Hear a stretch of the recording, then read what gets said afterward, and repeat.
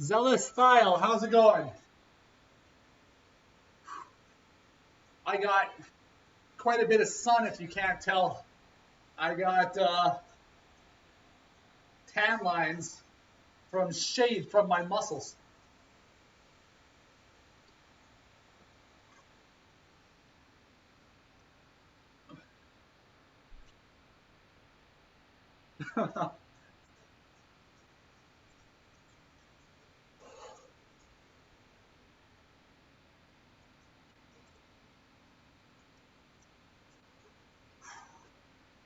Yeah, so Sundays, I do my grocery shopping in the evening in the last hour before they close so that I can avoid all peoples. But that means that I have a time limit for today's workout. How are you doing tonight?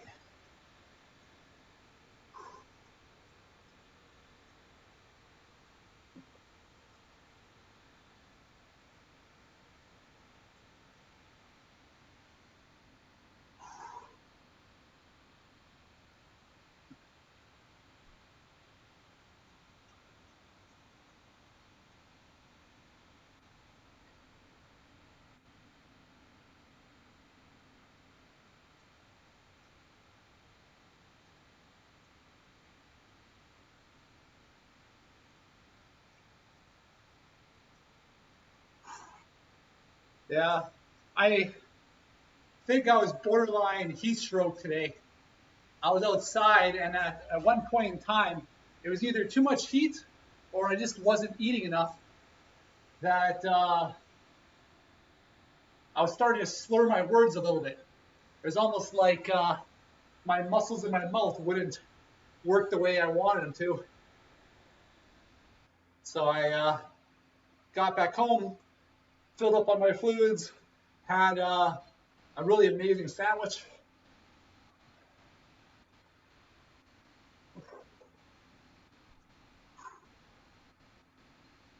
But can you guess which one of us is the lobster?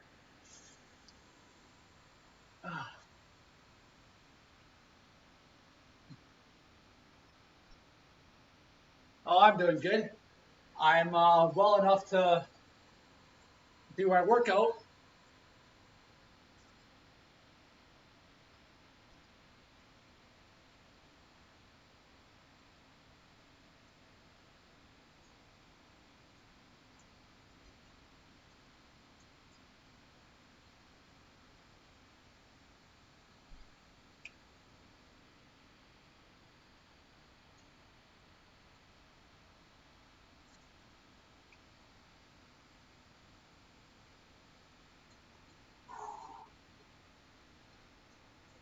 I'm still just warming up. My hips are a little bit, I don't know.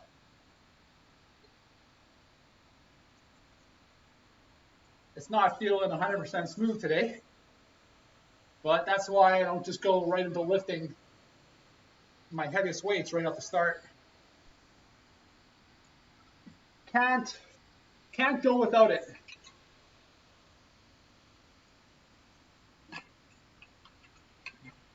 It's even better when I can go out and socialize and have like 30 people to dance with.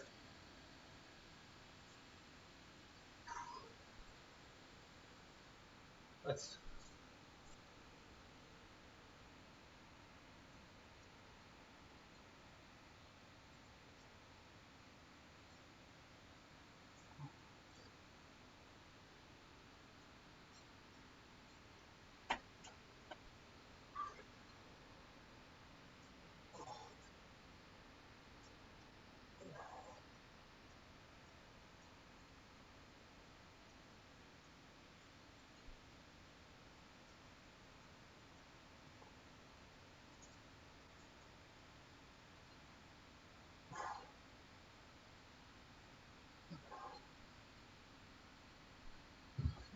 I'm from smack dab in the middle of Canada. went out to the country today to go help my dad with his drainage issues at his acreage. I'm a civil engineer. I do a lot of hydrology, hydraulics, a lot of land drainage design, and he's putting in a like a little riding area, and he's got himself a laser and a bunch of new equipment that he wants to grade all the property himself. But I was out there making a plan for him on the spot, which was actually a little bit difficult because, one, I'm used to having pen and paper in front of me and I can write everything down and I can put it to paper and I'll just go. Plus, what also made it harder is he's used to working in feet and inches, so I had to essentially speak another language as opposed to metric. And third, he had the equipment he had was not as efficient as what I would have at work. No one's paying me for this. Ooh, itchy. Just wait till tomorrow. Tomorrow I'm going to be really itchy.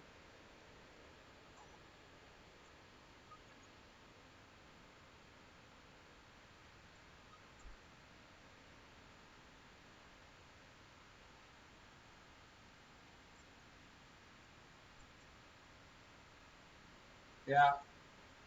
I'm not really that badly burnt. Just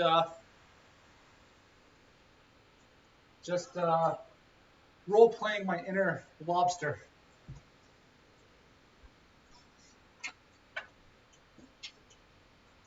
Anyways. I'm probably have to change the camera.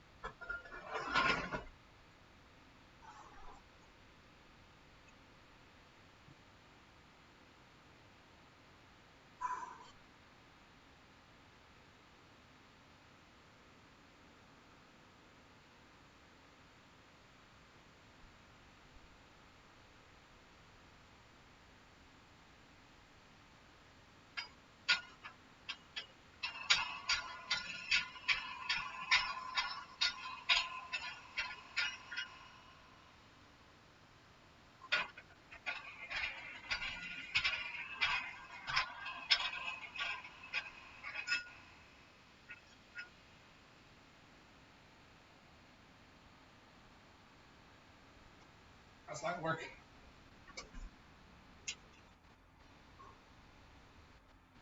So I've actually have my squat rack a little bit wider than I'm used to. I did that for my bench press. If I have to, I will get down and correct it.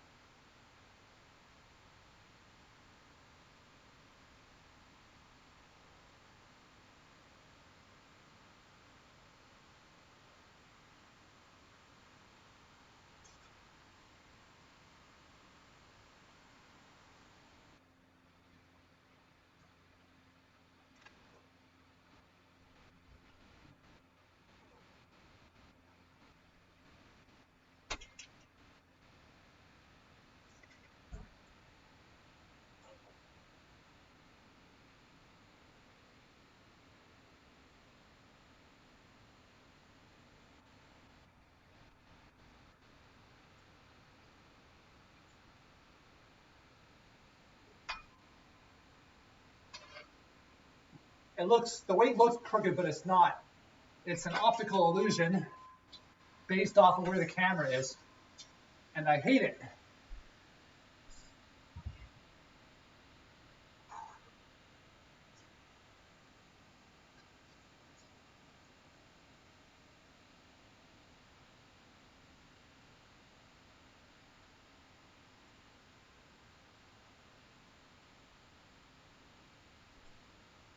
Oh, hey, I'm down to training is always better when there's somebody there to take the ride with you.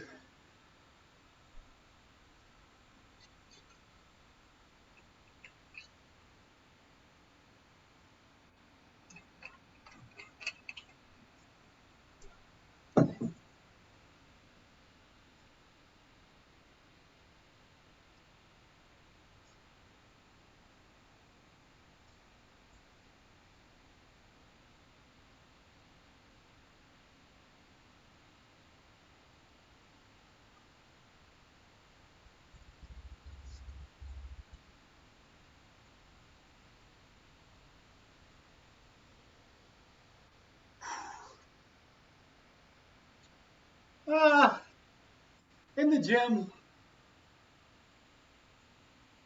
I've always got the mind not to distract others from what they're doing. Sometimes you get in the, sometimes you can do like the head banging and, or just pump yourself up a little bit before a set and then just sit down and then go, right? But here, I'm in the comfort of my own home, and I still try not to bang my weights because I have neighbors. But aside from that, it's like if you go at the gym and I start dancing around, I think I'd be more of a distraction.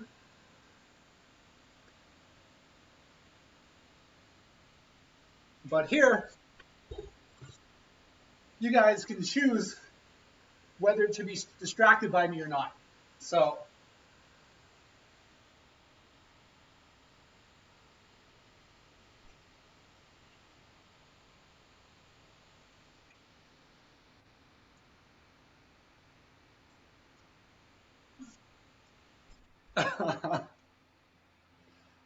that's I got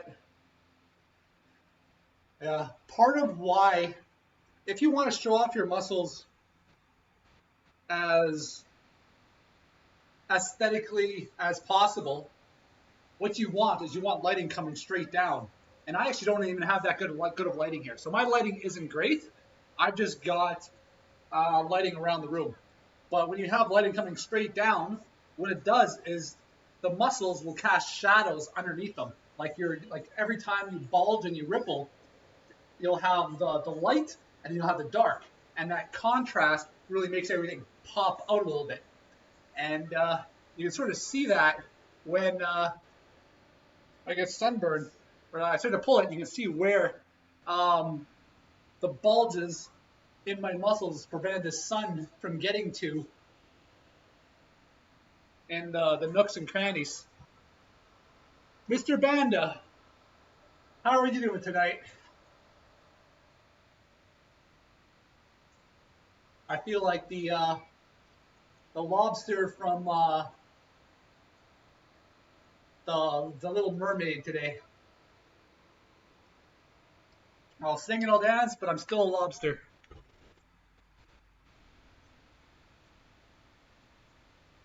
Uh, it's a little bit too splotchy. I I didn't really get I didn't get a good tan. I was just outside, and I was tired of the farmer's tan. I'd rather have splotchy like sunburn which fades than farmer's tan. How are you doing, Mr. Banda? Last time you were studying.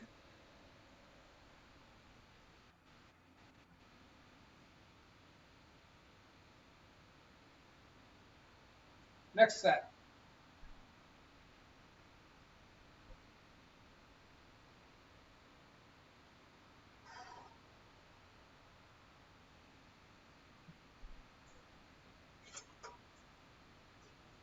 What am I stuck? There's not a lot of room for me to get this weight out of here.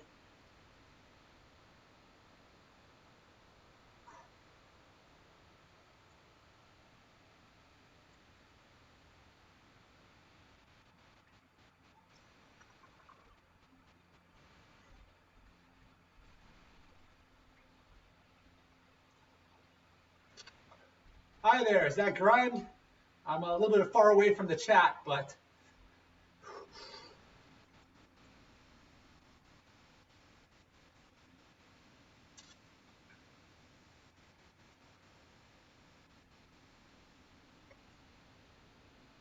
I absolutely hate how it looks like the weight is lopsided when it's not. If I had a mirror right in front of me, it would show me that it's not lopsided.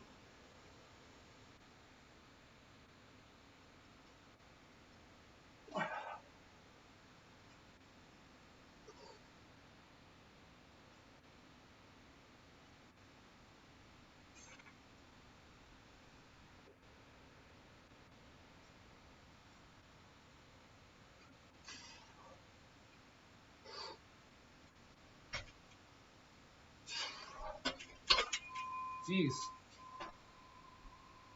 Just gotta make sure I don't pop all these pins. Grind, how's it going?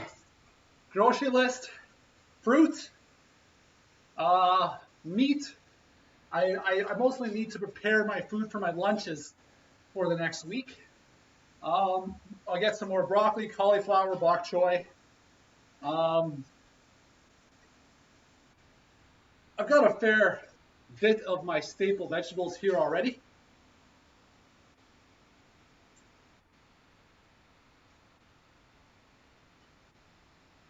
Yeah, mostly I need to set myself up to eat my work time meals for the rest of the week.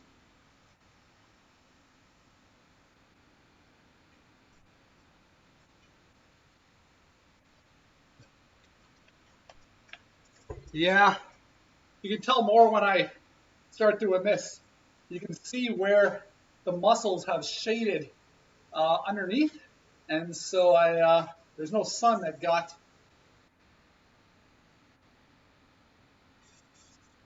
So today I'm the lobster. I got my dog here that I've had since I was like in grade one. I got my cat beside it, got a bunny, I got my monkey. And then the lobster.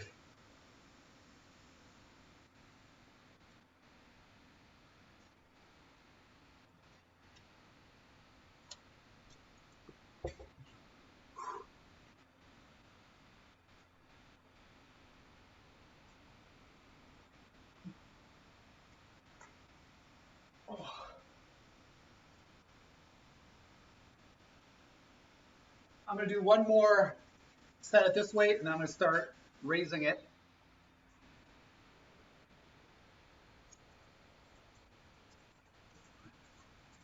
It's just feeling like it's taking me a little bit more time today to really get everything aligned and lifting together, like everything contracting when it's supposed to contract.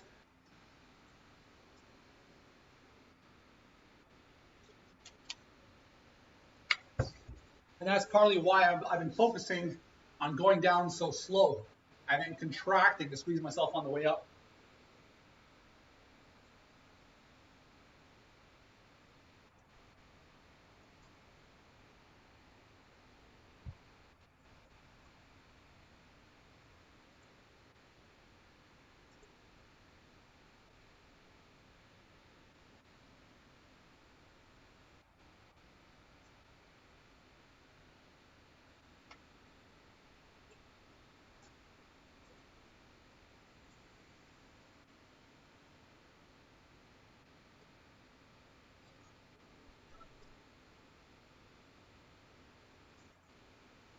Not much, 135.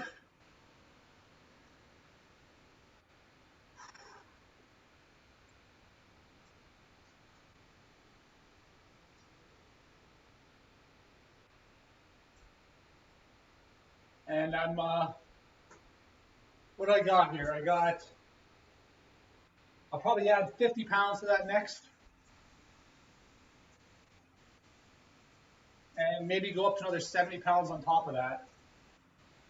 Or maybe it's, no, this is 130 pounds. So I got 130 pounds on here right now. With I'll go up to 180 next, and then maybe I'll take off that 180, go up to 200.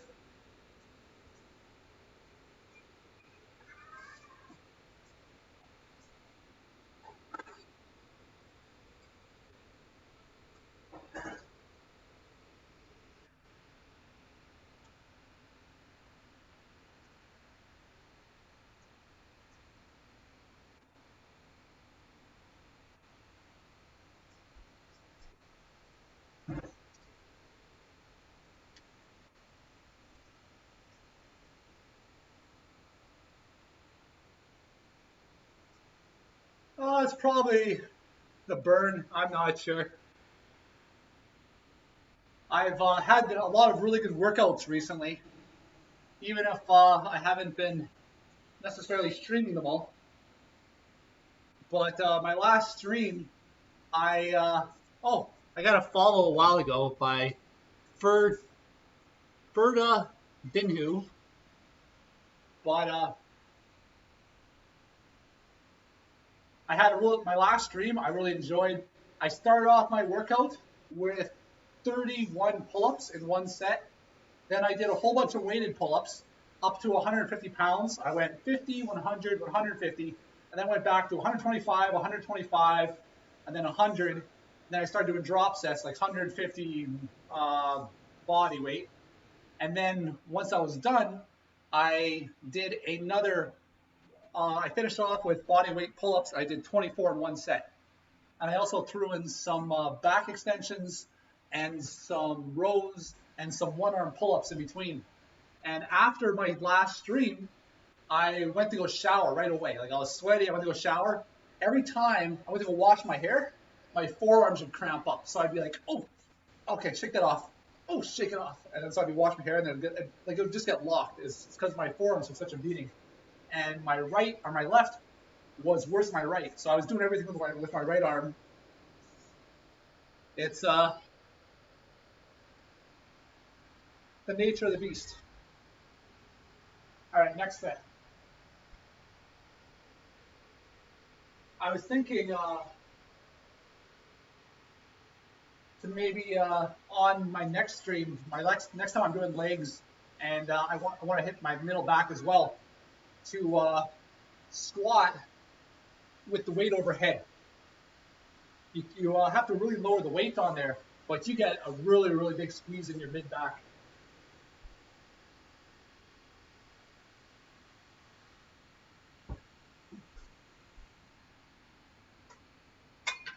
Jeez.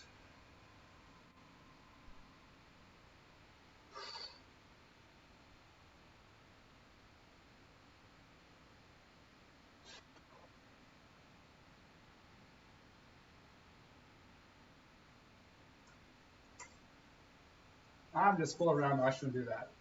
That's not good for my joints.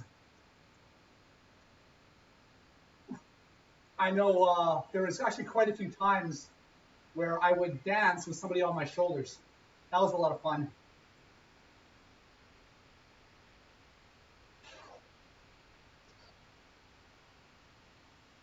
Like I would do lead and follow dances where I would have my follow on top of my shoulders, and I would be following too, but I would be the legs, and they would be the arms. I got some pictures on Facebook with that. I don't know where else they'd be. Maybe I'll see if I can get them on stream.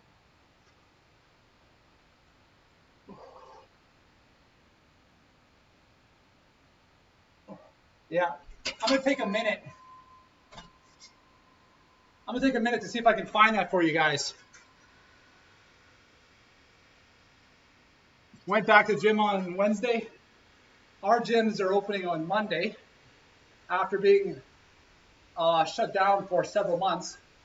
I'm getting my second vaccination shot on Monday, and they're forcing me to mix and match my vaccines. and supposedly that's supposed to lead to um, more symptoms in the short term.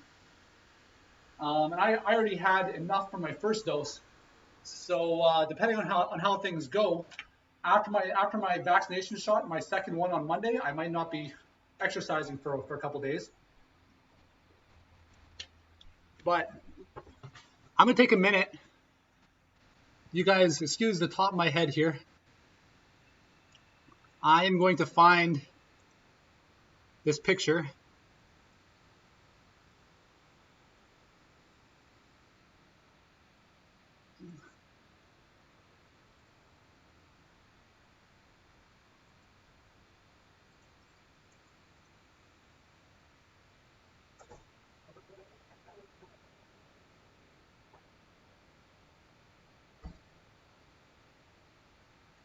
Oh wow, I got it.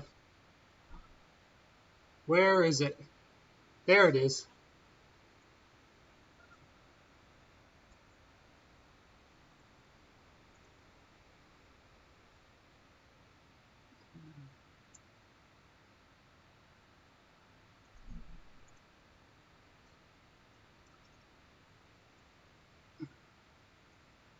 Okay, let's see if I can.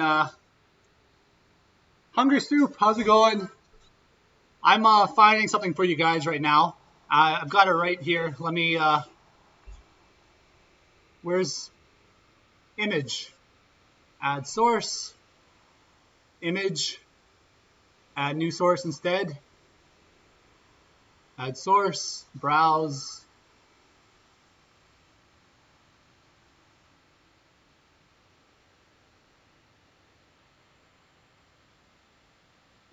All right.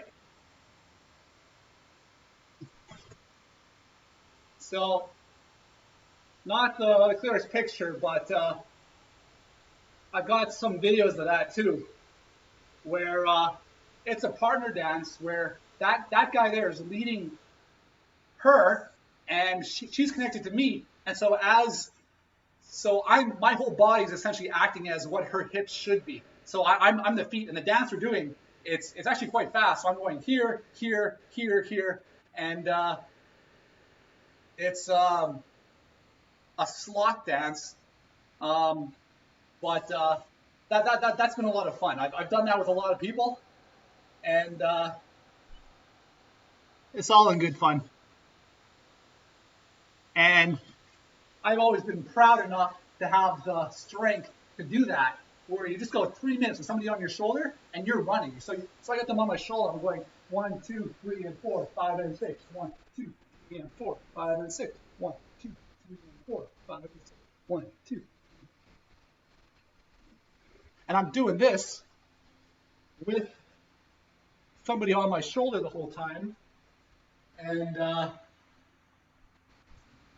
just having fun.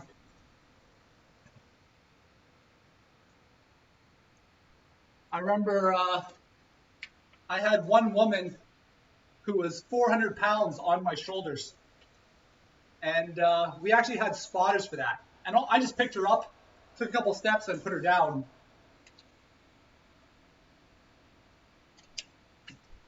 But she ended up crying afterwards because she's has like all these hang-ups with her weight, and she's like a really good dancer, but she's just a very large woman.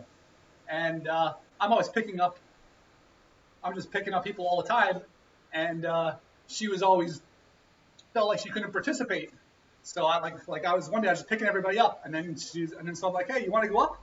And she did, but she didn't want to say she did. So we had one guy on each side. I just went underneath her, scooped her up, and just squatted her, and it was yeah. The hardest part is when somebody's large is getting leverage. But if I can scoop in between somebody's legs and have them on my shoulders, I'm very strong here.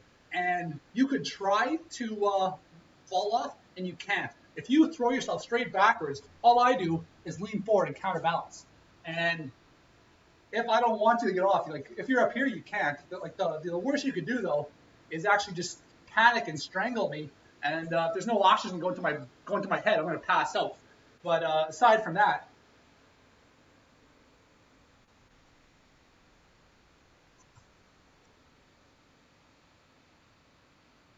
so you're having trouble feeling your chest when you're doing chest day exercises.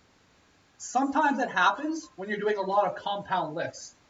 Um, what you can go focus, like not focus on this, but throw some isolation exercises in where you target the chest and understand and try to understand what you're doing, and you should actually feel just the contraction. Just go for pure contraction, just to remember what your chest is supposed to feel like again.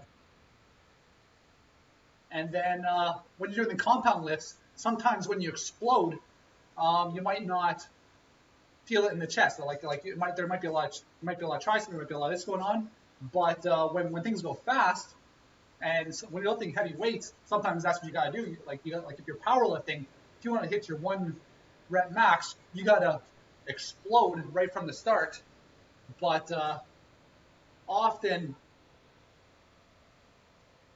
starting with compound lifts may lead to having not as well developed of a mind muscle connection. Like you'll have compound lifts are great for the nervous system, right? Because you just know, pick something up off the floor, and that's the exercise. Your body doesn't think, okay, now squeeze this, and then squeeze these two together and stabilize this other thing. Your body just knows, pick something up off the floor. Yeah, cable chests are great. Um, on cables, if you want to feel the squeeze between your chest, you basically got to start crossing your arms. Like you don't have to, but when you cross, you just get that little bit extra squeeze. All right, I'm gonna add some weight.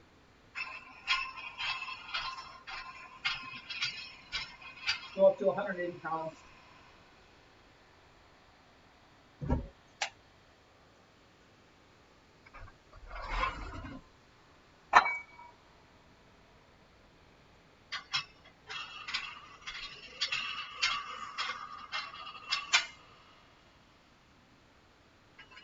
Yeah. For myself, I don't have access to the cables right now, but I have access to elastic bands. So I'll throw in my elastic band workouts where I will get my contraction. Oh man, this is not good with sunburn, but I'll get my contraction through my bands, or I'll tie it off to something, and I'll focus on how am I going to do this. Yeah, I get if I tie it off this way and I push,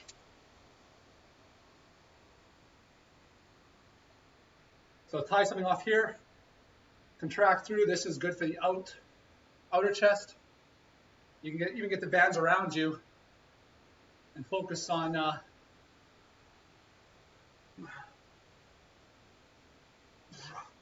I'm actually stepping on it with my foot slightly behind me.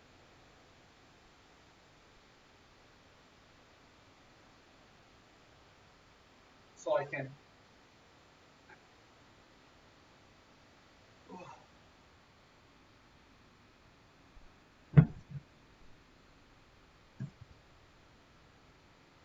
yeah, that's one thing my gym I go to, like we have 1, 2, 3, 4, 5, 6, 7, 8, 9, 10, 11, 12, 13, 14, 15, 16, 17.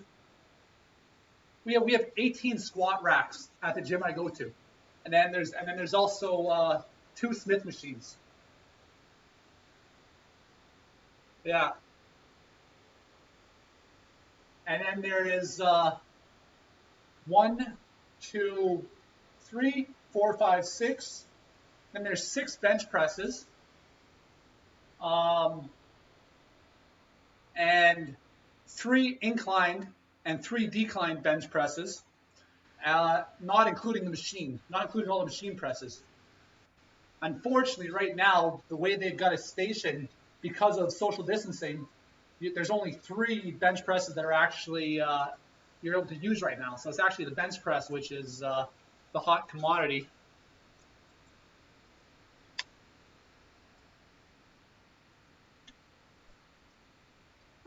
Yeah, 18 squat racks.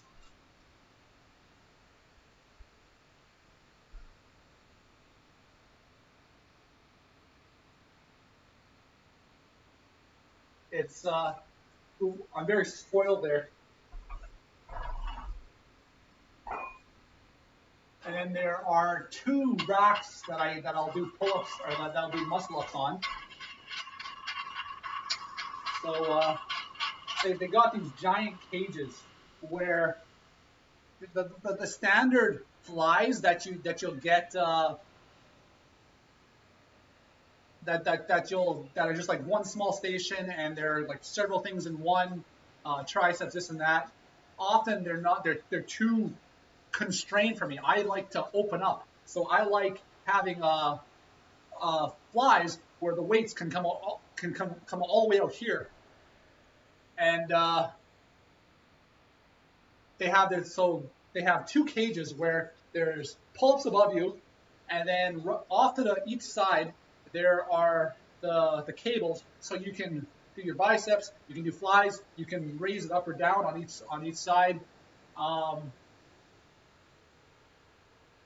and then on the other side of it they have the assisted dip machine, and those are my.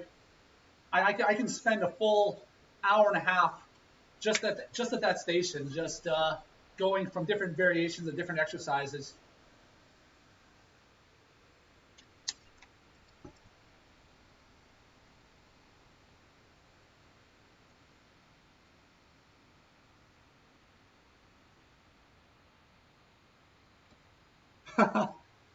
You guys have just been missing each other. It looks like that's pretty cool.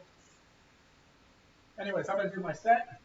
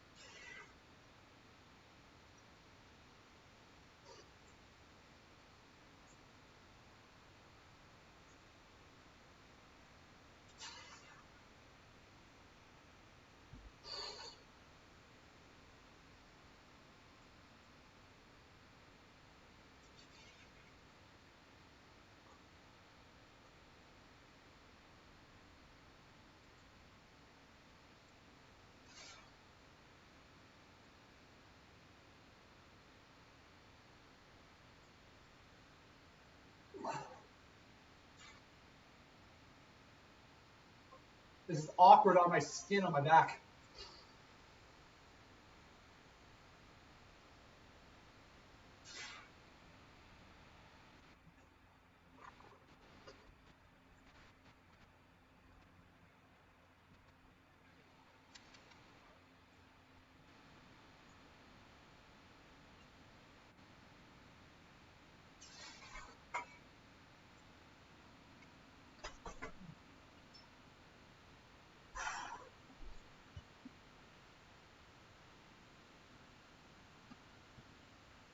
Yeah, for myself, having machines is nice and all. I like my free weights.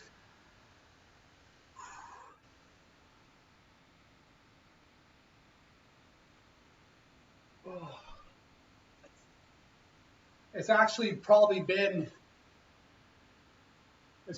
a good 2 years since I've used a pressing machine.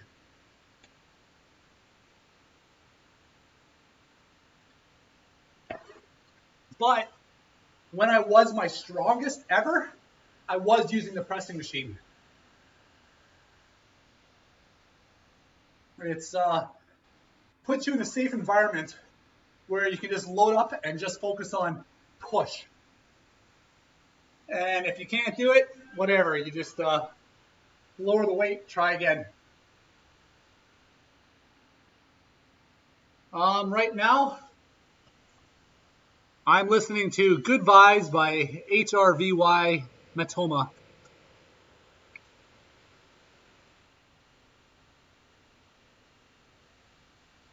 It's on a Spotify playlist that I have no idea what's coming next. It's something like 1,000 songs, so maybe less. I'm not sure.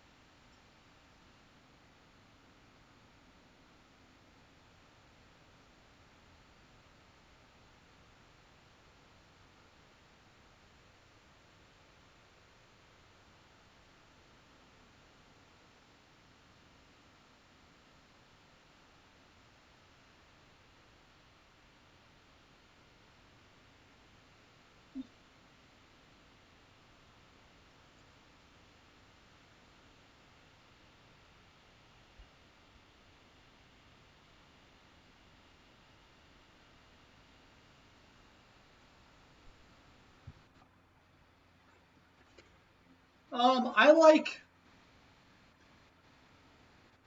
what I like doing, whether it's bench or whether it's back or whether it's legs, is I like finding a weight where I struggle to do 10, and then I will try to get as much volume of that as I can, and I will try to progress with slightly heavier weights over time. That's that's sort of my preference. I've done other um, other routines. I've done basically it all. I've tried like I've dabbled in powerlifting. I've dabbled in strength training. Tried strongman exercises. Um, I've done some Olympic lifting. I've changed like so many different variables throughout the time that I've been training, but getting hypertrophy at around the end of 10 reps with significantly heavy weight, that's what I enjoy the most. Thank you, Luke Butts 90.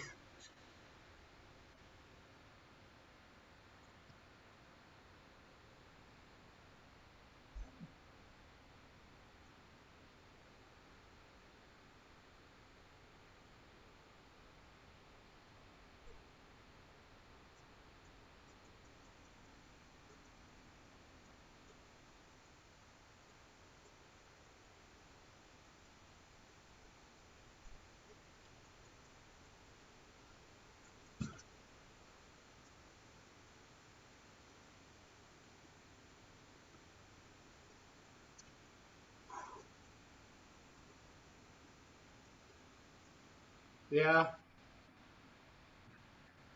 and often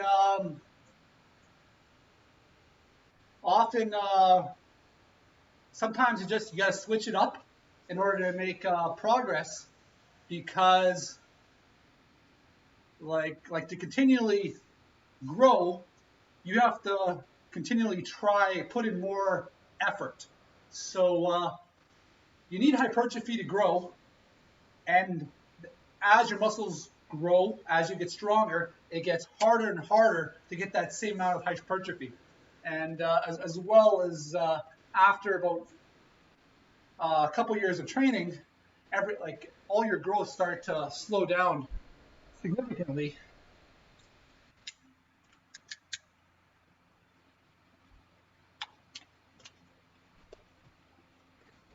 For myself, training days in a week, my my preference is 5 days on, 1 day off, 5 days on, 1 day off.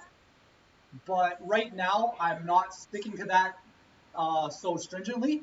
I'm basing it off how I feel that day, as well as I've been really busy for the last month. So for the last month, I've been getting home.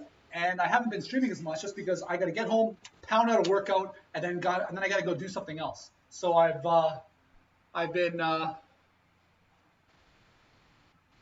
better keep my clock on me here so I don't forget the time. But I remember last last August, I trained every day of August, and I trained hard every day of August.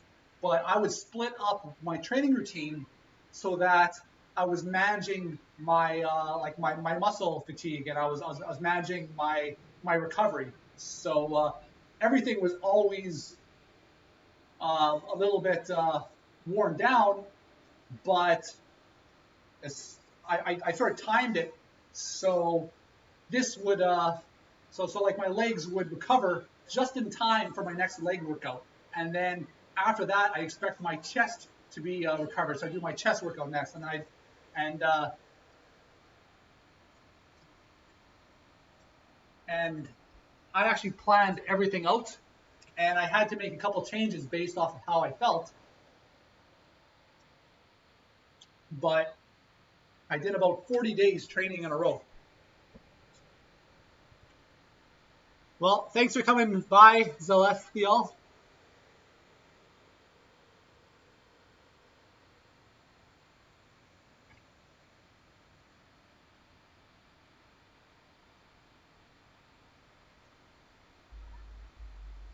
Oh.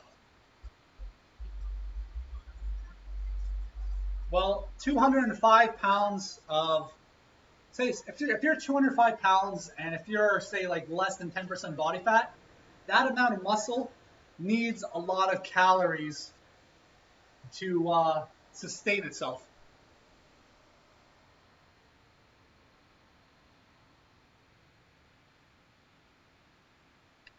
I have to change my.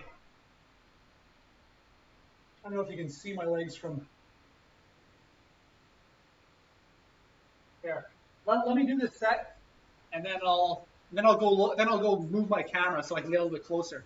What's going to happen is if I start moving my camera, it's going to start. If there's like a 50-50 that it goes all blurry, and then I just got to make faces at the camera until it stops becoming blurry. But right now, my legs are strong, but they're not shaped like they. I'm not satisfied with how they're shaped, and that's from coming off an injury in 2018 where I lost all the muscle in my legs. I couldn't train my legs from 2018 to 2020 basically, and my legs used to be better than my back. So like even now, when you can see muscle development in my legs, and I got quad, I got hamstrings, and my and calves, but for compared to what I used to have, that's uh, that's that's just something to work on, and it's a lot easier to work on it when I have access to the like the leg presses at the gym.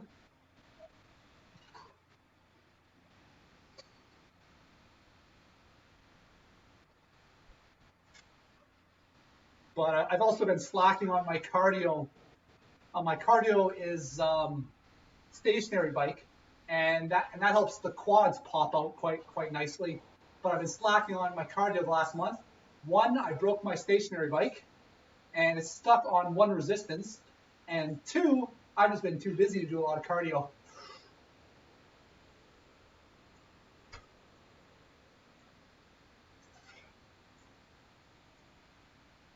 But if you're 205 pounds, you weigh more than me right now. I weigh 190.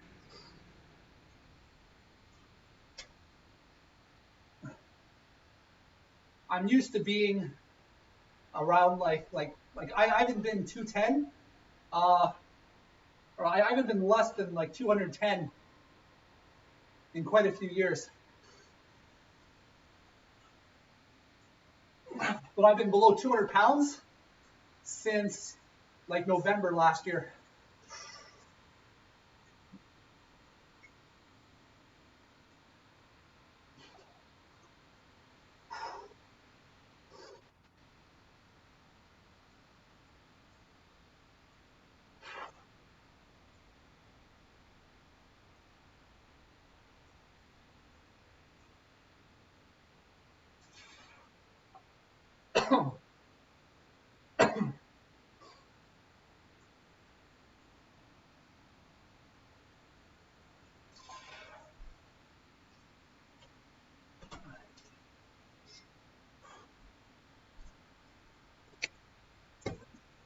Yeah, 2018, I herniated my disc and I tore my glute, and my legs just shriveled right up. And the only thing I could do was pull-ups. So I started off doing only pull-ups, and then even when I could train my legs, I had to train my legs in isolation because everything wasn't working together. And I remember going on the stationary bike and pedaling on the lightest setting, and that was like the hardest thing to do. Like I would go on the stationary bike and it would take everything I had just to do 10 minutes at basically the lowest setting. And then once I was healed, I went back on that same setting. I can't feel it. Like I put my leg on the pedal, and the weight of my legs just pushes the pedal down. And that just showed how bad I was injured. And I remember part of my physiotherapy was glute bridges. I was supposed to do a lot of glute bridges. I tore my glute, and I was doing glute bridges with both my legs at the same time, and I could do it. It was difficult, but I could do it. But then um, I realized when I tried to do one leg at a time, I had zero activation in my glute on the left side. So I could squeeze with my right, and when I have two legs, I thought I was doing it with both, but I was only doing it with the right. When I tried to do it with just with the left, I had no muscle firing. Like there was no synapse for like brain to muscle. It literally felt like I had an arm that I was looking at. I can't feel my arm. It was very very concerning. 5.5 hours. Okay, wait.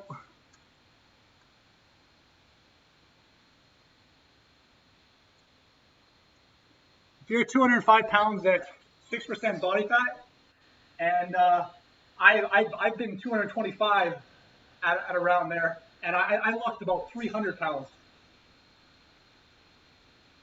But that was it took me 4 years from when I first started training to hit my near my peak genetic potential, and like I had everything planned out better back then. I trained harder. I was like, it's like basically I just tried harder, and it just takes time. But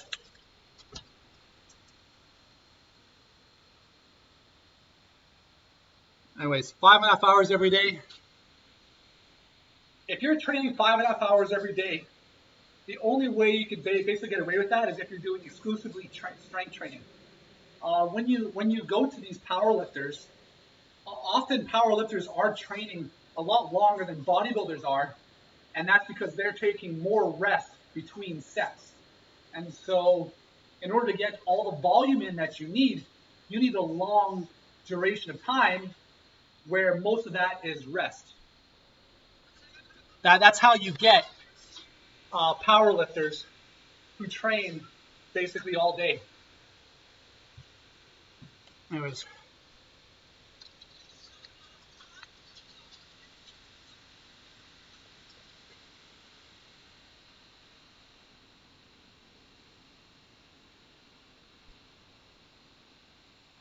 I don't even know how to flex my legs really. I got to spend more. I need better lighting, but I need to do a fair bit of quad development. That's what I need to work on.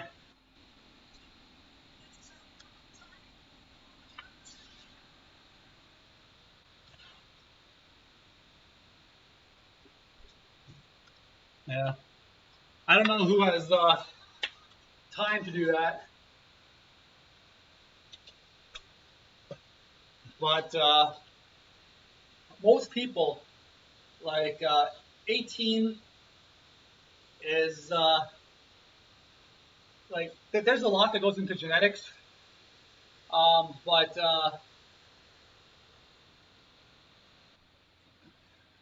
like most people at 18 still haven't filled into their body as well as they're ever going to.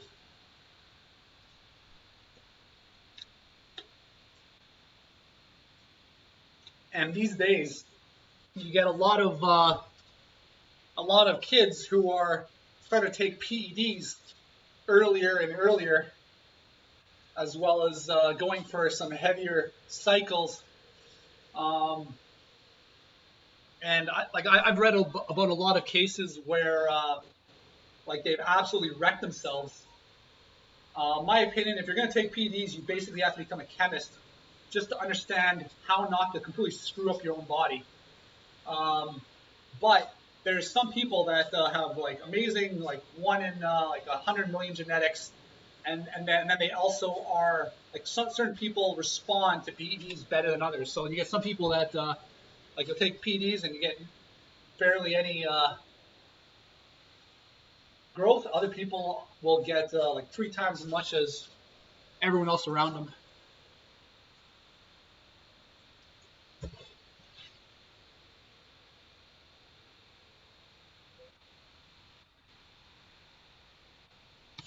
Uh, not not really. Like it's like like for the most part, almost nobody's ever hit their peak genetic potential at 25. You want to hit your peak genetic potential at 25, you got to basically start when you're like 17 and have all those years of training. But even then, you can still put on more muscle, but it's just going to become like you might only put on half a pound in 1 year. I'm talking a full year of trying to get as strong as possible, and all you have to show for it is half a pound of lean muscle mass.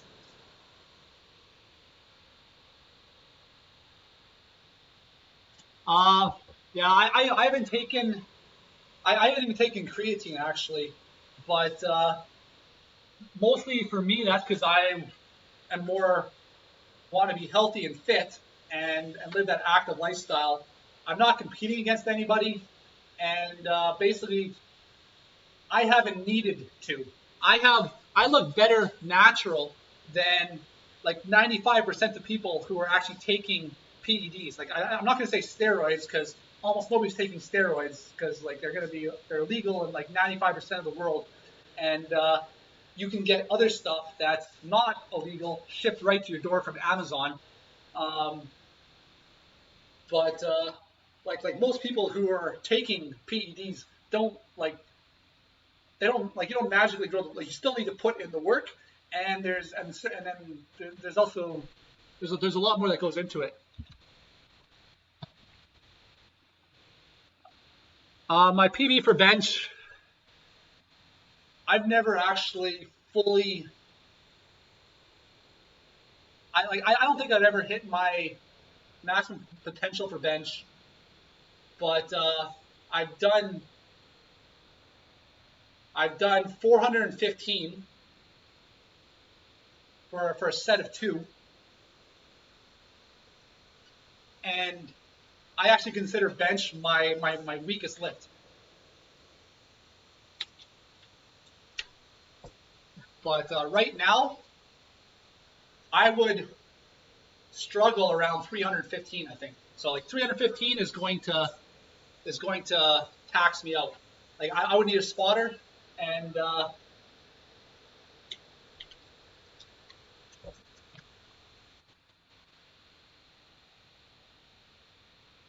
anyways, I've I don't have very much interest in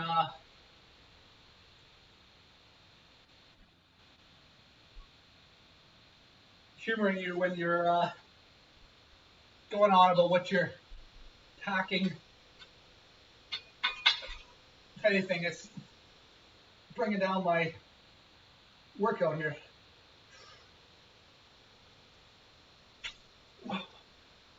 I didn't even change my camera. I don't care. I'm just gonna do my set. I hate how it looks like it tips. Oh shit. The camera is mirrored.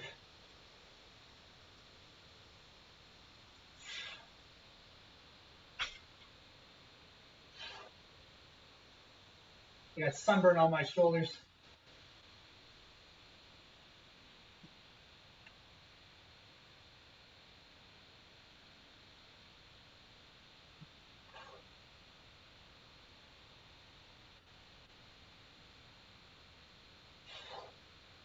But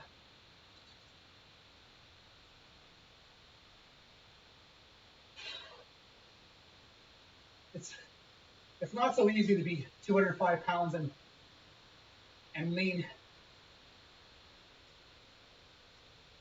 Depends a lot on your height, but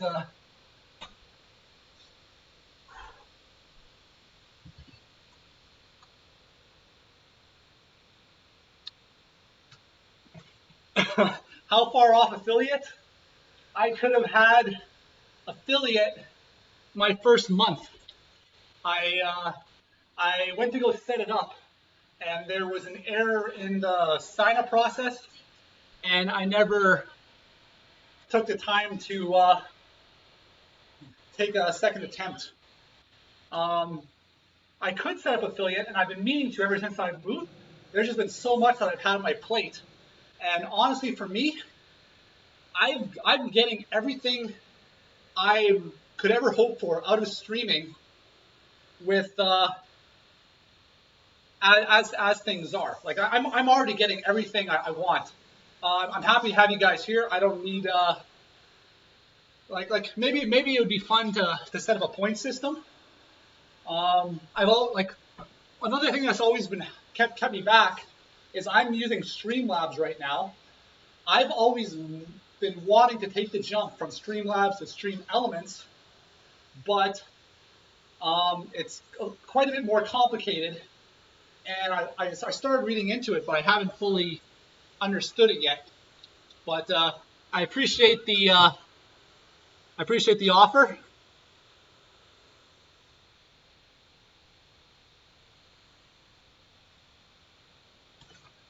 Well, if I were to become affiliate, I think what I would do is I would like whatever money I make from Twitch, I would just donate to some sort of COVID relief in my community. But at the same time, like one thing that, like, I don't know if this even makes any sense, but it's just sort of the way I felt, is when I started watching Twitch, I see a lot of people who were very hopeful to use the Twitch platform to help them survive and sort of have some sort of supplementary income in order to ride out this wave. And when I see them, I would rather that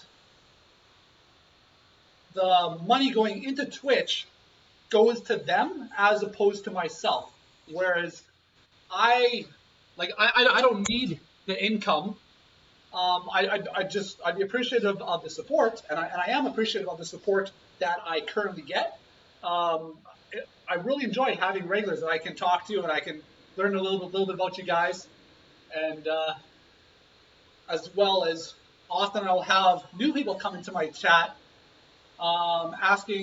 looking for fitness advice, and I have my perspectives, but you guys also have yours, and I enjoy that. Like I can give what I can give, but then on top of that, you guys can supplement with your own experiences, and like I'm always appreciative of that. But like the way and I'm not even sure how much.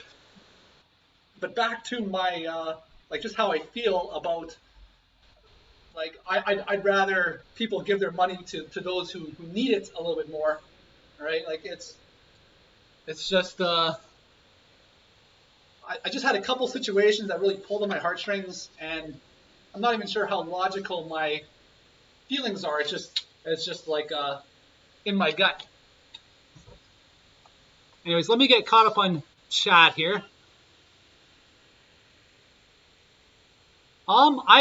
Mitch, if you're up for that, I might take you up on that. If you're like, I'm a little bit.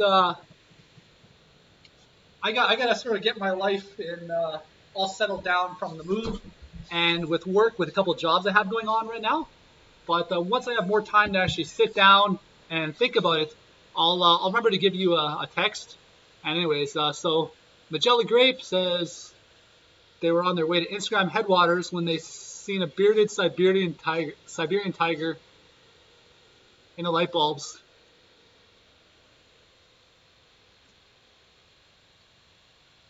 I don't get what that's about. So you're approached by a Siberian tiger in the town hall for a glass of broccoli juice and a ham slice. No remorse involved. I'm just imagining a Calvin Hobbes situation there, but that went whoosh.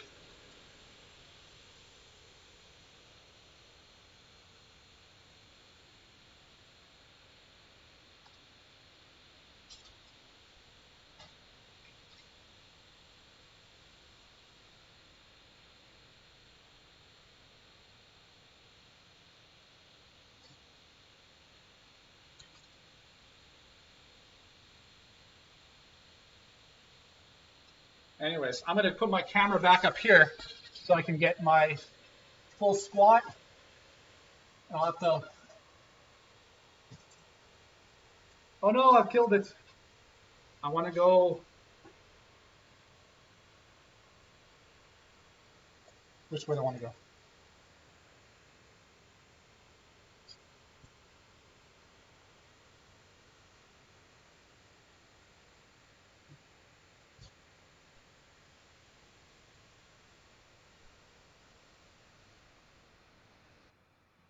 Oh no. Eh.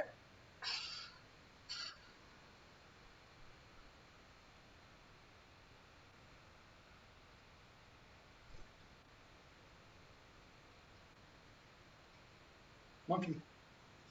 I wish my camera didn't.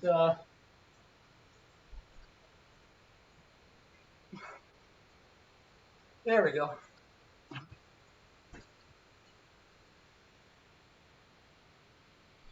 Now, see, even with PEDs, like SARMs or whatever, being 18 at 205 and 6% body fat and bench pressing like 450, that's still like 1 in a million to achieve.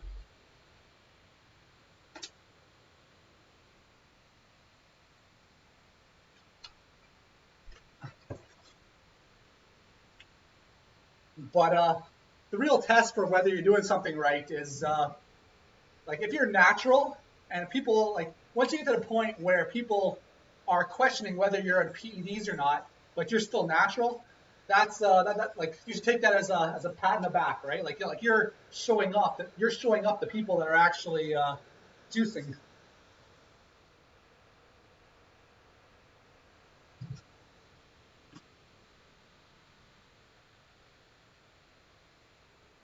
But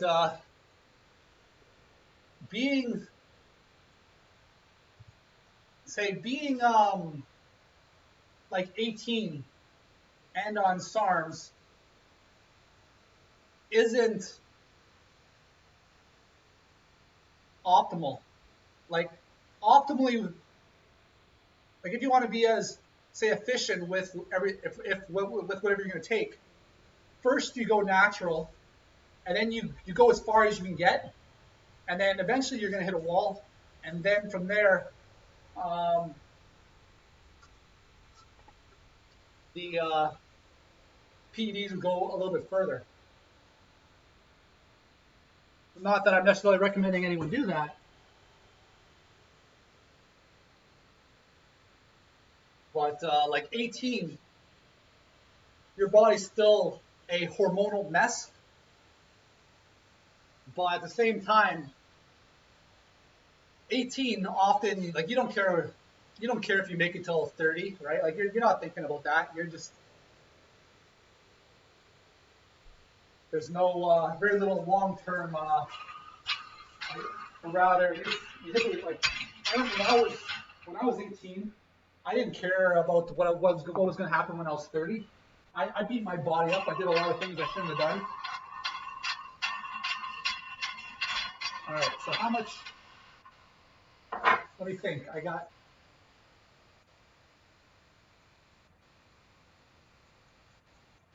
I want to add another 50 pounds to this.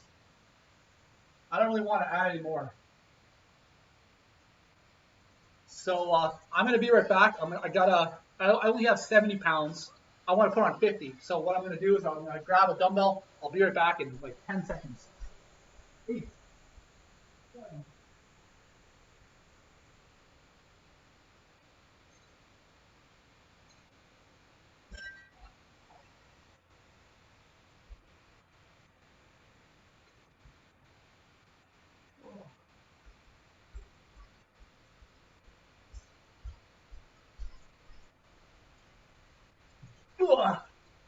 I'm back.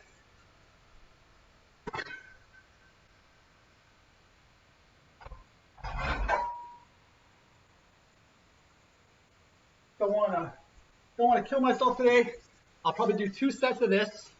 I've only got like half an hour left, so I want to do 2 sets of this, and then I want to start doing my isolation.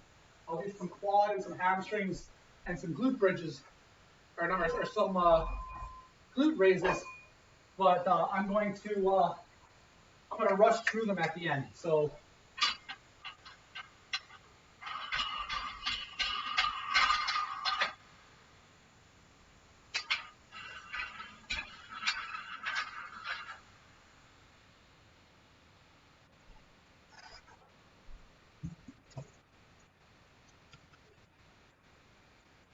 yeah, like even they say like the brain doesn't even fully develop until you're what, like 24. Like you're just barely out of puberty at that point, and like hormones are all over the place.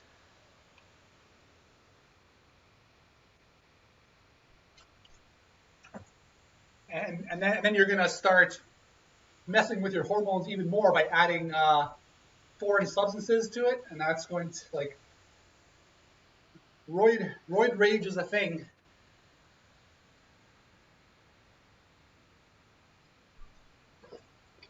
And it does more than just affect your emotions as well. It affects your potential future growth, as well as just your health in general.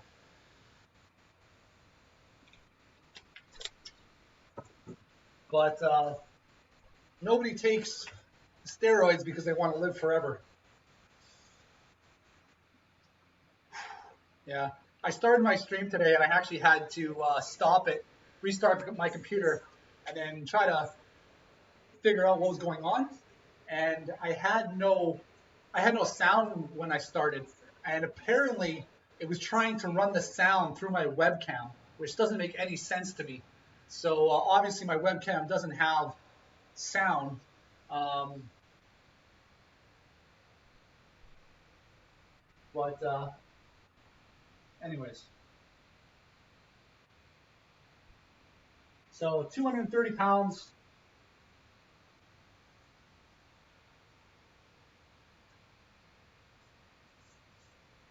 Oh, my my skin is being left on this bar. Yikes! All right, maybe I'll do 1 set of this because I've got to I want to do some isolation, and I got to get going for my groceries.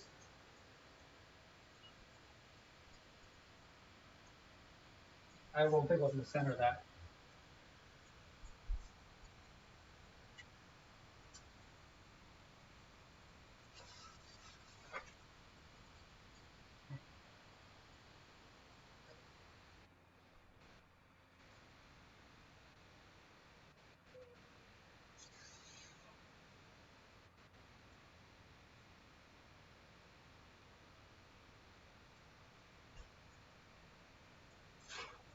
Hit the bar on the way down.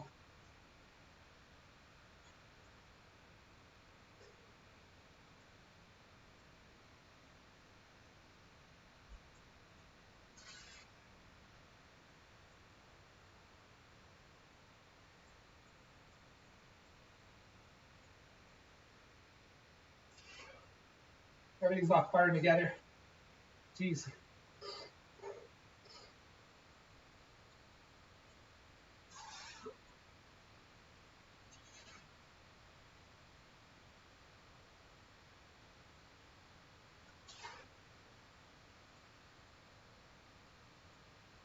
I'm focusing on lifting my contracting the muscle as opposed to exploding. I'm just trying to squeeze my way up, but it takes a lot more out of you.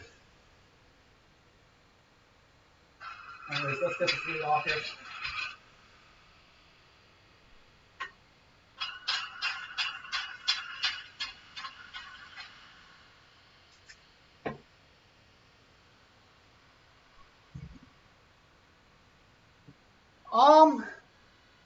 Looking at somebody who's natty or not, it depends. Like like there's mass monsters out there now that are basically impossible to reach through a natural physique. Like the body just cannot hold that much muscle naturally. I'm not talking like the classic physique. You can get a lot of classical bodybuilders who are natural, have like dimensions close to Arnold Schwarzenegger. But like the mass monsters, what you look for, whether somebody's on PEDs or not, is how fast they got that muscle, right? You have somebody who's been training for 4 years, all of a sudden 1 year they gain 25 pounds of lean muscle mass. That's impossible to do.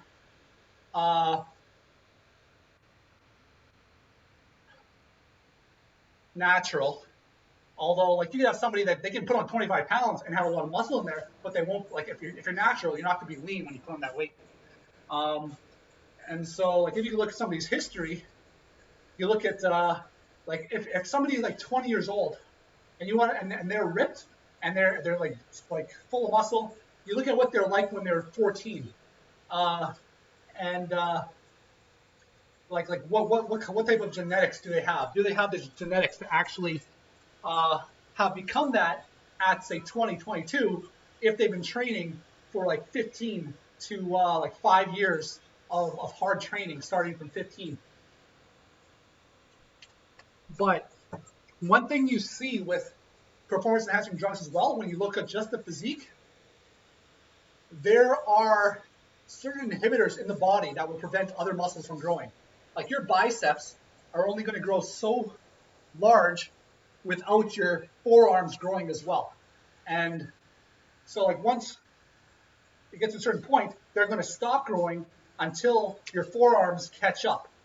And what a lot of PEDs will do is they will override the natural inhibitors in your body preventing growth.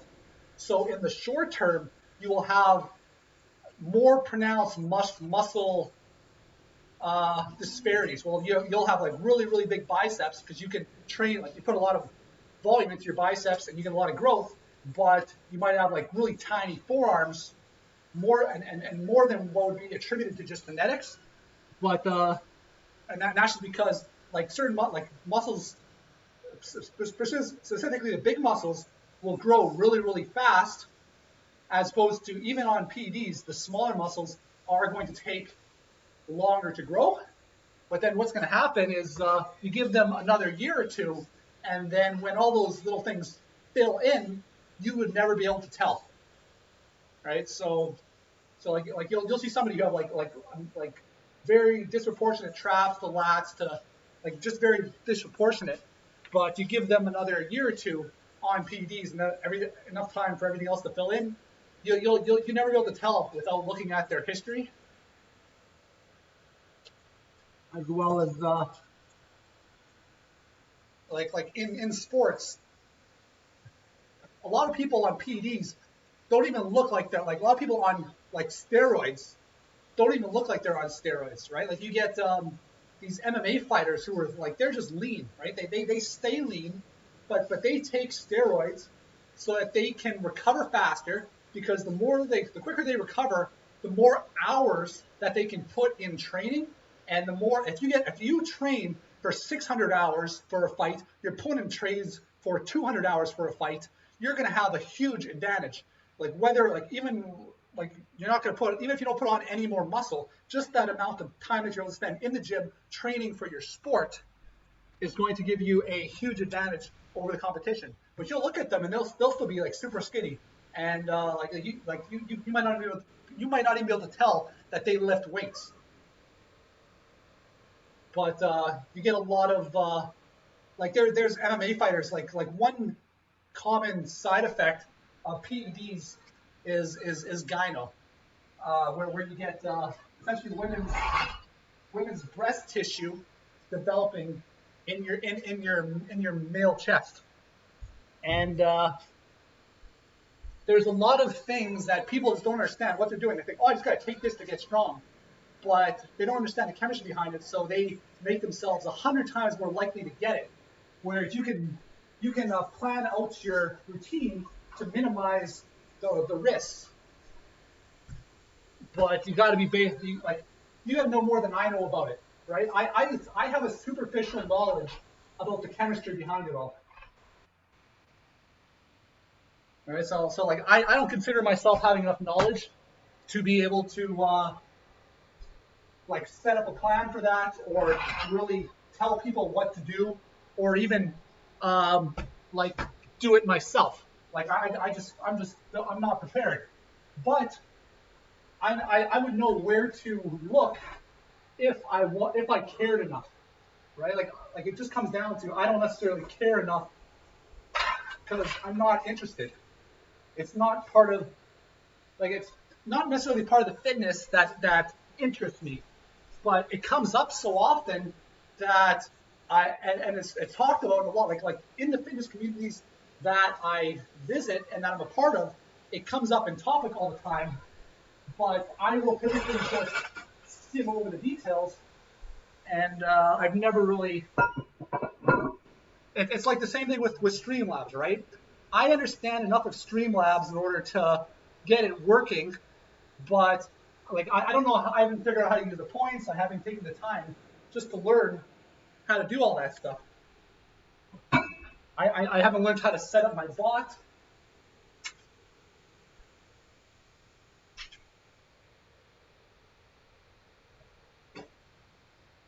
All right, man. I missed the dancing at the beginning.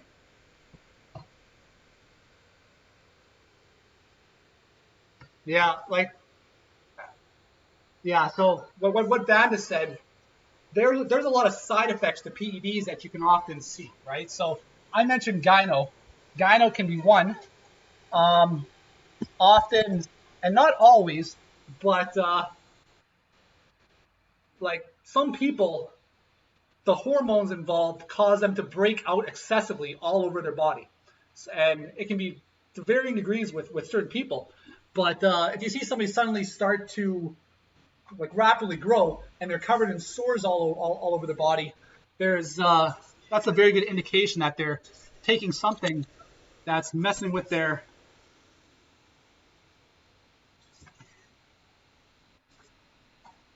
Your best method to, well, when you say calorie deficit energy level, I'm assuming that you are talking about your metabolism, what your metabolic rate is for energy exertion a day. And like the best thing to do, treat your body like a science experiment. Keep as many factors the same as you can, and then only change one factor, and then you can see the result on your body from that one factor. And you'll want to measure your calories, find out what you're eating over a week or over several weeks, with essentially your diet being basically the same, and then see whether your weight goes up or whether your weight goes down. And if your weight's going up, reduce your calories by 200 and then keep everything the same, and then see if you're still going up. If you're still going up, okay, and do that until you find out, until your body stops changing. And consume the same types of calories for the most part, right? Because like there's a difference between how much calories out of food your body absorbs between broccoli and out of pizza. So like try to keep your meals the same. I'd recommend more whole foods. Like set yourself up in the right direction in the first place. Like high filling, low calorie foods, and you're gonna have to weigh everything, and it's a pain in the butt. It really is. But once you get there, and then you'll figure out, okay, so This isn't like I'm trying to lose weight. I'm not eating enough. I'll have to raise it, and when you raise it, just raise it in increments until you flatline. That's your base rate.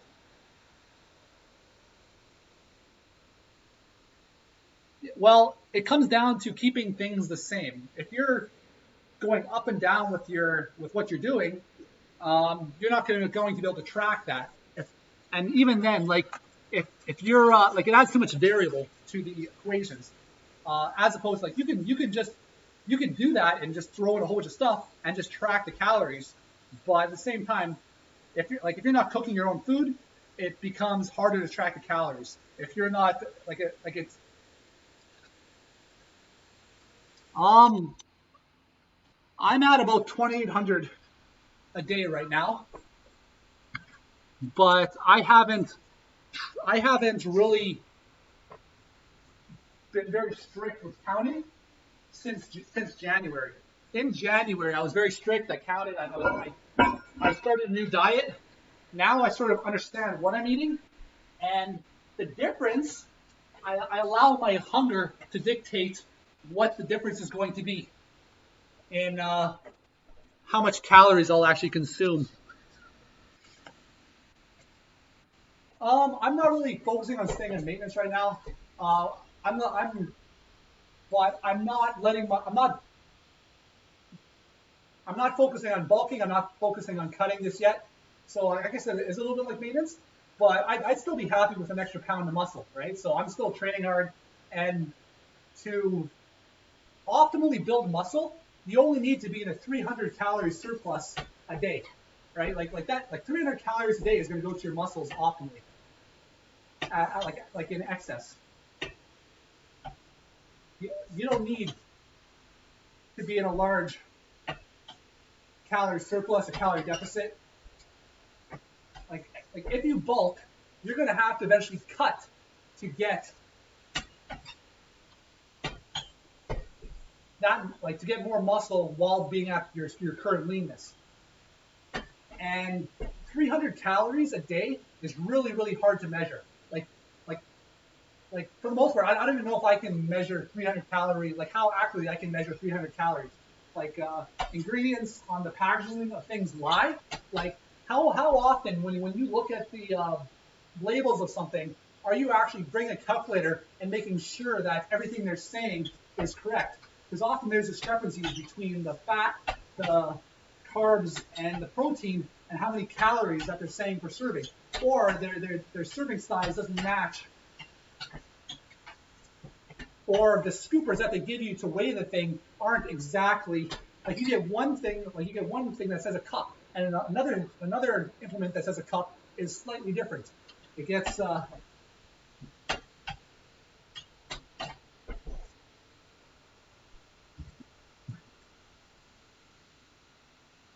See, I've done so many different diets. For 3 years, I was on a 5 to 6,000 calorie a day diet, and that was hard. That was as hard as cutting to get to like 5% body fat. Um, and maybe not at any specific point it was that hard. Like at 5% body fat, that was a single point that was explicit. Like it was just hard at that point, right? Then like as soon as I bump back up at least 7, I'm doing fine. I'm not suffering. But below 7%, I suffer. And I've been 5% with like packed full of like 225 pounds full of muscle, and I had a purpose for doing that for my 10th year high school reunion, and then after I was done, I eased off a little bit because I wasn't happy.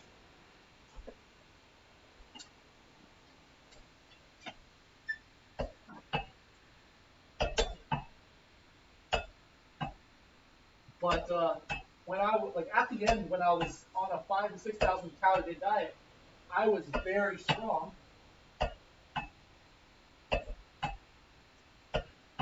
I was constantly pushing myself with my training, and I was moving my body a lot. Like I was playing badminton, I was going biking, like stationary bike. I was doing partner dancing like 3 days a week, and like I would go partner dancing for like 6 hours straight, like maybe sometimes like 4 hours, like it was just so like you have those 5 to 6,000 calories a day, you gotta burn them off. And as soon as I would stop training, I could blow up my weight like really, really fast. Or as soon as I stopped eating, my body would just eat itself up. And I could lose, like if I just cut myself back to like a 2,000 calorie a day diet, I could drop like 30 pounds in a month, like easy, without even trying.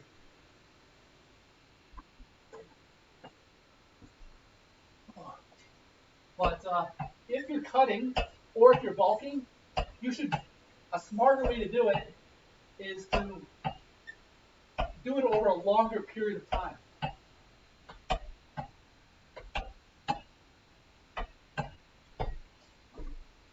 The slower you bulk, the more lean muscle you're going to be able to keep. Whereas if you bulk fast, if you cut, you're going to cut your fat and you're going to cut some of the muscle that you gained to the point where you're going to end up at the same point as if you just slowly bulked. Hey there, Bale the Turtle, how's it going?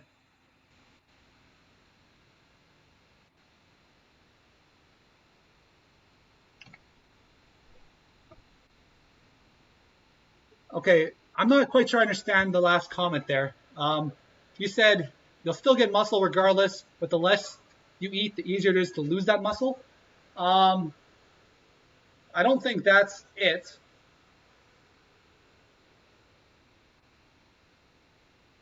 Well, you said you're on a deficit of 2,200 calories. You should still be losing weight at that calorie intake if you're actually on a deficit. If you're not losing weight, you're not in a deficit. Aurora Alexi, how's it going? I've got I only got like 15 minutes before I gotta go. Gotta get my grocery shopping in, or I don't have meals for at the office for my work day. But let's keep going.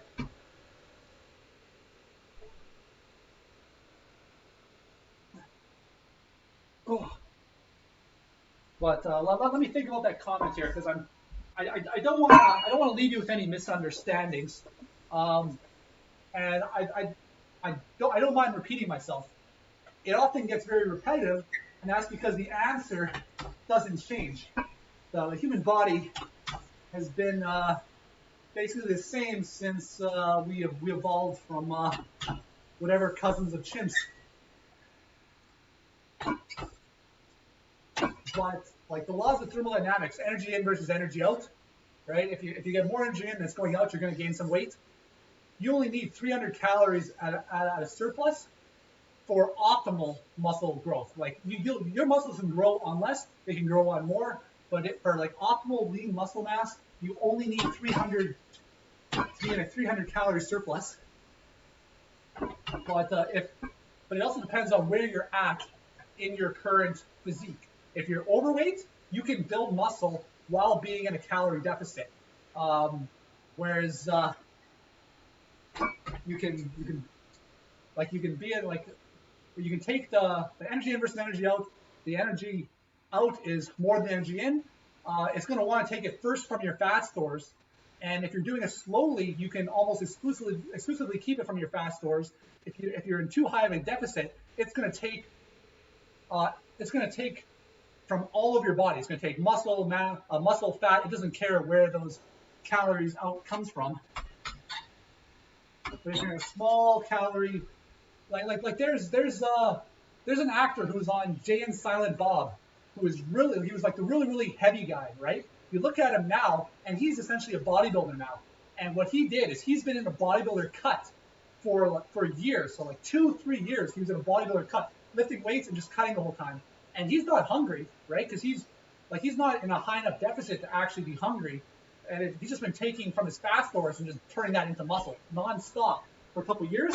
And now the guy looks amazing.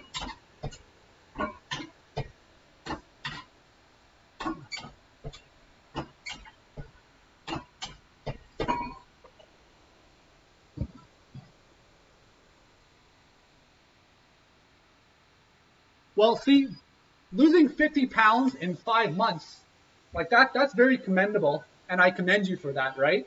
And that might not be as much as you think it is if you start looking at body fat percentages, right? Like that 50 pounds, how much percent of your body fat was that, right? And then you look at like somebody else, like say somebody's 150 pounds, if they want to lose 5 pounds, how much of that body fat percentage is that to lose, right? And so for them, like 5 pounds for you could be 10, and with the equivalent amount of difficulty where when you're more overweight, you have more weight to lose just a single body fat percentage. And it becomes a little bit tricky to get your body fat percentages at different body types. Like you go to look at like caliper methods, and they have like you'll find like 7 different caliper methods for testing body fat, and that depends on essentially where your body stores its fat, as well as it makes corrections for different size categories because they're using the same method for whether you're like 300 pounds or whether you're 150 pounds.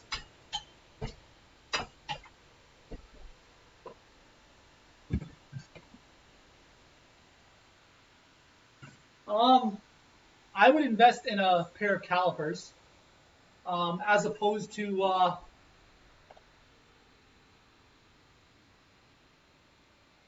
like even if you like there's a bunch of methods, but anything that you like step on a scale and measure your body fat is really inaccurate, like plus or minus 30% sometimes. Like it's just like, but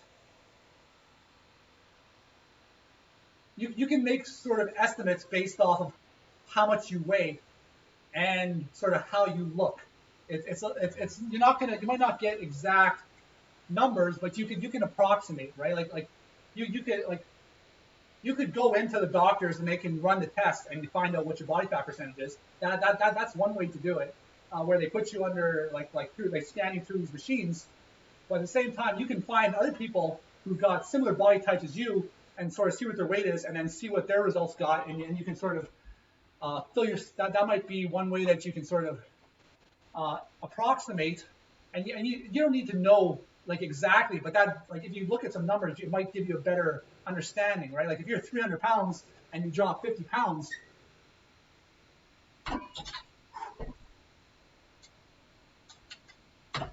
like you probably still have another 50 pounds to go, but the first 50 pounds is going to be 10 times easier than the second 50 pounds, and not necessarily easier, but the amount of time it takes to burn off.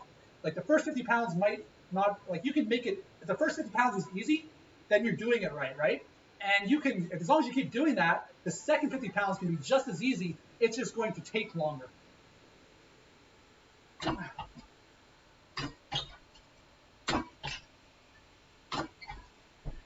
And as long as you're doing the right setup,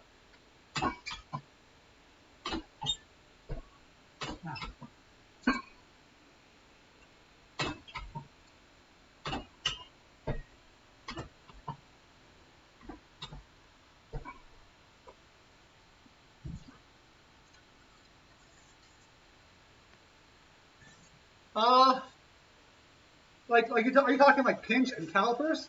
That's a somewhat reliable method, right? Like if you get I have medical grade calipers. You pinch, you measure, you pinch, you measure, you pinch in the back, you measure, it depends on where like there's like 7 different actual methods and different calculators for testing the body fat percentage, and you're going to get a wide variety between what methods you use as well. And you might not know which one is best to use for your body, but you're going to want to use one that gives a good representation, right? So like some people have like no chest fat. Sometimes like meanwhile they'll have like it all in their belly, right? So you want to make sure you don't skip your belly and do the ones that just have the chest, the back, and the legs, right? So if you're holding most of your fat in your belly, like make sure you're including your belly and get a wide approximation. I never had a trainer, but I talked with a lot of people, and I went through a right now it's a lot easier to find this data than it was when I first started. When I first started, like it was quite like you had to really search to get a lot of good data. And even then, there was some misconceptions that were going around that I had, that other people had, and it wasn't until I actually started like you have to read the scientific studies if this isn't already common knowledge, and the Kings haven't been like back then. Like I was reading the scientific studies, I was reading this, and you got to know how to read the scientific studies, right? Because you read it, and you might think like people will often quote these scientific studies saying, yeah, they looked at this. Then you read the conclusion and they say, yeah, there was no correlation found. It's like, but why are you referencing this in relation to your point, right? It's if you read it properly, it shows the opposite of what you want to show.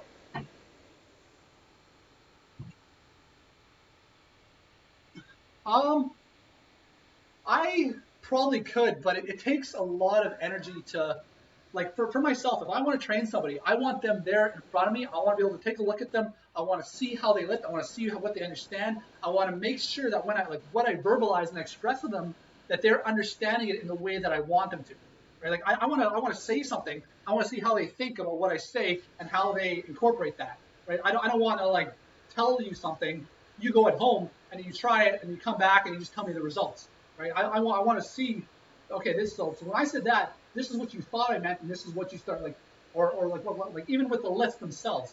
When I train someone right from the start, I want to make sure that that first they get the lifts down 100%.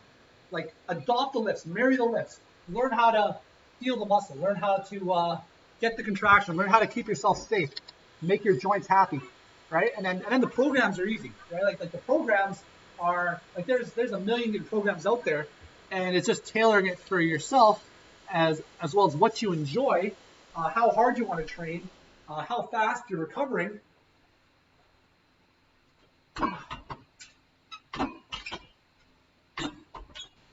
So it's for me, it's not so easy to give you explicit advice if you're not here right in front of me. Whereas, so my advice is generally more trying to lead you on the right path, just to think about these things, but it's more generic advice. Because like often the answer is it depends, right? And like the first thing, just show up, just like just showing up, not making like just going, trying hard, being consistent is 80-90% of the work. The rest is just playing around with semantics, and then it's just doing like planning out your life so you can see yourself doing this 5-10 years from now.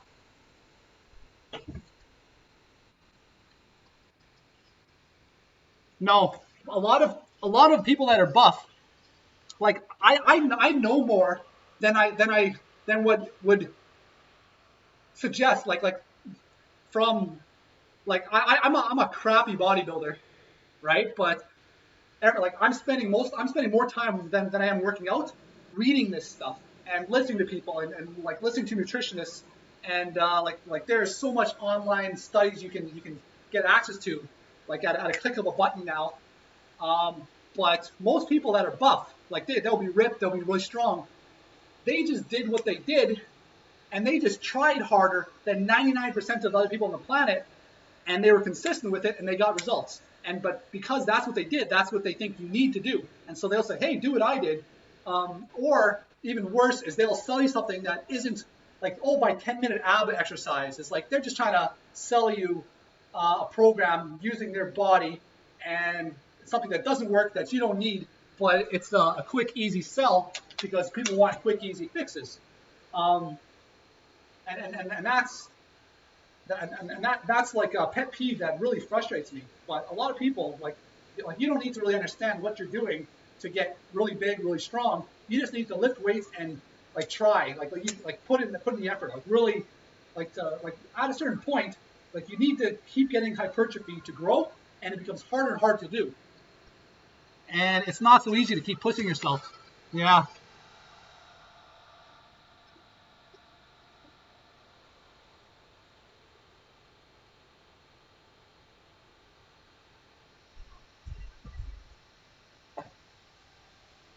that work? camera.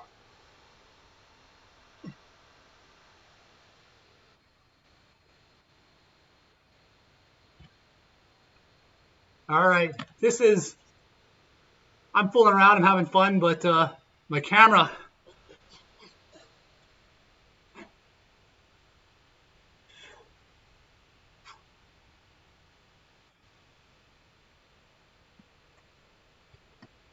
it doesn't like it when I moved it around like that. Maybe the background will help it focus.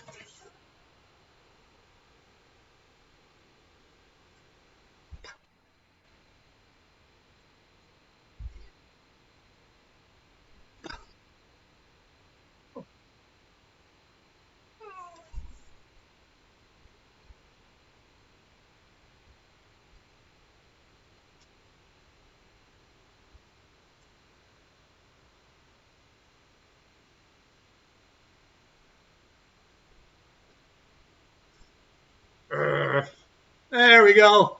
The dog got it going.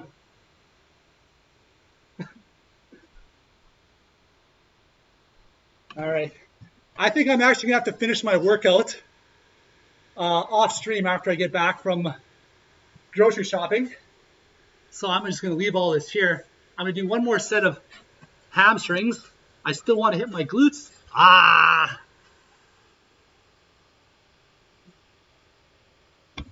I still want to hit my glutes and my calves.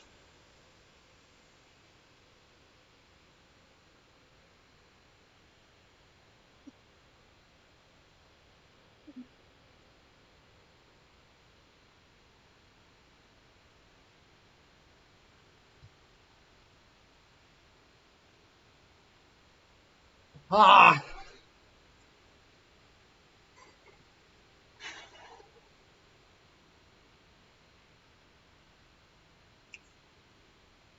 So for the new people that are here, if you can't tell, I'm the lobster.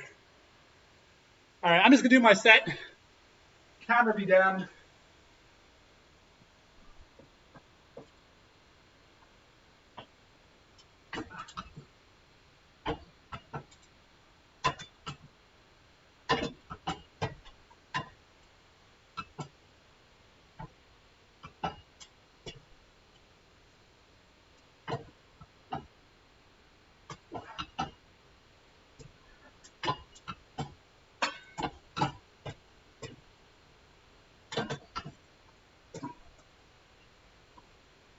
I still. Oh shit. All right. Well, guys, my camera's not cooperating. There it goes. All right. I'm going to find somebody to share the love with.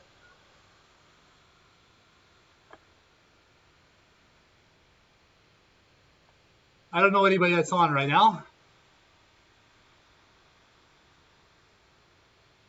But let's check the fitness and health community. Send you to this guy here. Looks like he's putting in some good work.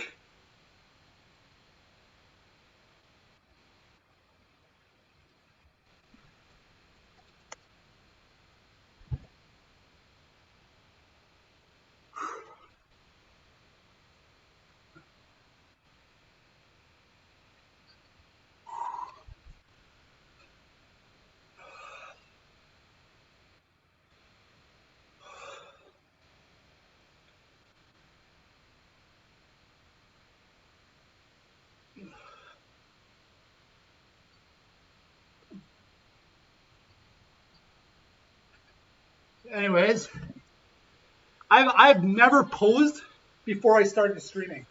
I've actually had very little interest in actually posing, but I'm here. I actually have the camera in front of me all the time, and I'm not going to be distracting anybody at the gym by being the guy who's just like even here. Like sometimes you pose so hard you have to grunt because it just like you can squeeze, you can track until it hurts. Just like right, just and here I can do whatever I want. Like my camera goes blurry, and that's when everything goes crazy. I'm doing all my camera tricks. But anyways, thank you everybody for joining me tonight. Enjoyed having you here. Join me on my journey, get a little bit stronger every week. And I am seeing progress. So 6 months, almost 6 months I've been on Twitch. Still seeing progress here and there. So it's going good. And some of you guys here have been with me from the beginning, which is I appreciate.